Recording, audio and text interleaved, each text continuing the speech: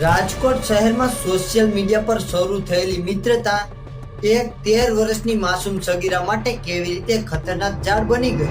તો નમસ્કાર મિત્રો, હું છું રોહિત પ્રજાપતિ. તો મિત્રો, રાજકોટ શહેરમાં ધોરણ 6 માં અભ્યાસ કરતી સગીરાનો પરિચય લગભગ 1 વર્ષ પહેલા ઇન્સ્ટાગ્રામ દ્વારા સમીના નામની યુવતી સાથે થયો હતો.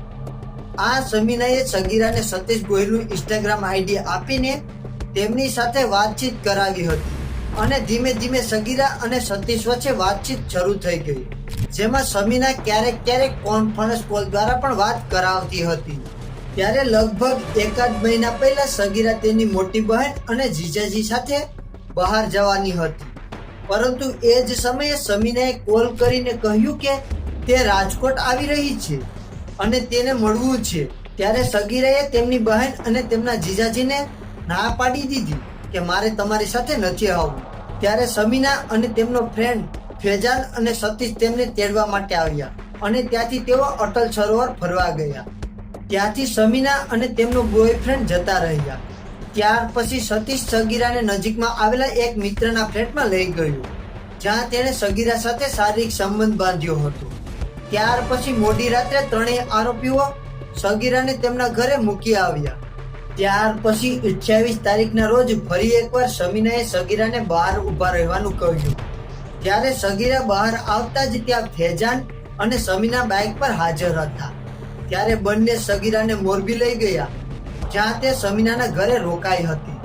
ત્યાં મોરબીમાં સમીનાએ સગીરાને અફતાબનું ઇન્સ્ટાગ્રામ આઈડી આપ્યું અને તેમની સાથે મિત્રતા કરવાનું કહ્યું. ત્યાર પછી થોડી જ વારમાં અફતાબ સમીનાના ઘરે આવ્યો અને ત્યાં તેણે સગીરા સાથે શારીરિક અડપલા કર્યા હતા. 28 તારીખના રોજ જ્યારે દીકરી ઘરે પાછી ન આવી ત્યારે પરિવારજનોએ સગીરાની શોધખોળ શરૂ કરી. ત્યારે મોટી દીકરીના મોબાઈલમાં ઇન્સ્ટાગ્રામ ચેક કરતા ગુમ થયેલી નાની દીકરીની સમીના સાથે વાત જોવા મળી હતી અને એક મોબાઈલ નંબર પર વાત થયાનું પણ જાણવા મળ્યું હતું. ત્યારે સગીરાની માતાએ તે નંબર પર કોલ કર્યો. ત્યારે તે કોલ મોરબીથી સમીનાએ ઉપાડ્યો અને કહ્યું કે તમારી દીકરી મારી સાથે છે. ત્યારે સગીરાની માતા મોરબી પહોંચી અને દીકરીને ઘરે લઈ આવી. ત્યારે પૂછપરછમાં દીકરીએ આખી આપવીતી જણાવી, જેનાથી પરિવારજનોના પગ નીચેથી જમીને સરકી ગઈ. ત્યારે આ મામલે ભક્તિનગર પોલીસ મથકમાં ફરિયાદ નોંધવામાં આવી.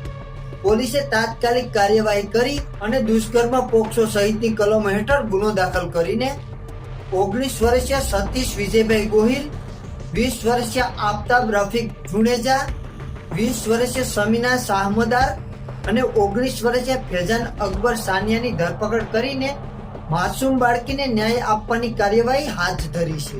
તો મિત્રો, અત્યારના સમાચારમાં હાલ બસ આટલું જ. હવે મળીએ એક નવા સમાચાર સાથે. અને જો તમે અમારા આ વિડીયોમાં નવા આવ્યા હોય તો વિડીયોને લાઈક કરી અને ચેનલને સબસ્ક્રાઇબ કરી દેજો.